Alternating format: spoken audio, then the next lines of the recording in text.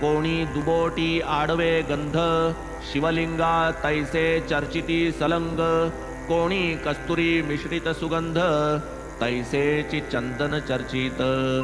एकदा तात्या साहेब नूलकरांचे, स्नेही डॉक्टर पंडित नावाचे, घ्यावया दर्शन साई बाबांचे, आले एकदाच शिर्डीत।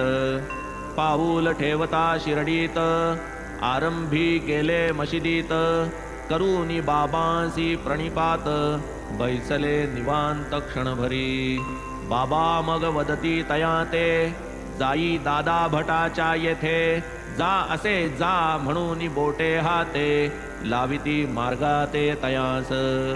पंडित दादांकडे गेले, दादांनी योग्य स्वागत केले, मग दादा बाबांचे पूजेस निघाले, येता का विचारिले तयासी। दादा समवेत पंडित गेले, दादांनी बाबांचे पूजन केले, कोणीही न तोवर लावाया धजले, गंधाचे टिळे बाबांस। कोणी कसाही येवो भक्त, कपाळी गंध लावून देत, मात्र म्हाळसापती गळ्यासी फासीत, इतर ते लाविती पायाते। परी हे पंडित भोळे भाविक, दादांची तबकडी केली हस्तक, धरुनिया श्री साईंचे मस्तक, रेखिला सुरेख त्रिपुंड्र। पाहुनी हे तयांचे साहस, दादांचे मनी धासधूस, चढतील बाबा परमकोपास, काय हे धाडस म्हणावे।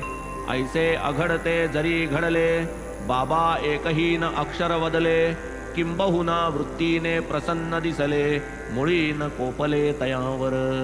असो ती वेळ जाऊ दिली, दादांचे मनी रुखरुख राहिली, मग तेची दिनी सायंकाळी, बाबांसी विचारिली ती गोष्ट।